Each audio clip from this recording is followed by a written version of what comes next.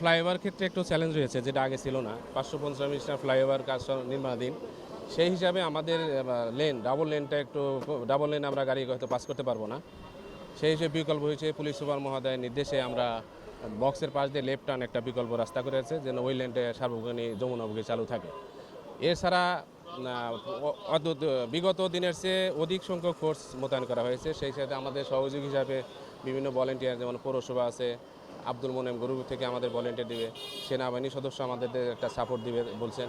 সেই দিক থেকে আশা করা যায় ঈদে গর্ভবতী মানুষ স্বস্তিতে তারা ফিরতে পারবে বলে আমরা আশা করছি।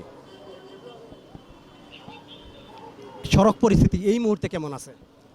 এই মুহূর্তে সড়ক পরিস্থিতি আলহামদুলিল্লাহ আপনি দেখতে পাচ্ছেন স্বাভাবিক আছে। পুলিশ সুপার মহোদয়ের একটা নির্দেশ আছে যে এটা ঈদের পূর্ব থেকে শুরু করে এখন থেকে আমাদের ট্রাফিক সহযোগিতা যেভাবে কাজ করতেছে, অতিরিক্ত ট্রাফিক পুলিশ মোতায়েন আছে, সেই ক্ষেত্রে সংশ্লিষ্ট থানা মোবাইল টিম কাজ করতেছে, আইন শৃঙ্খলা উন্নতি সহ ট্রাফিক ব্যবস্থা যেন সঠিক থাকে।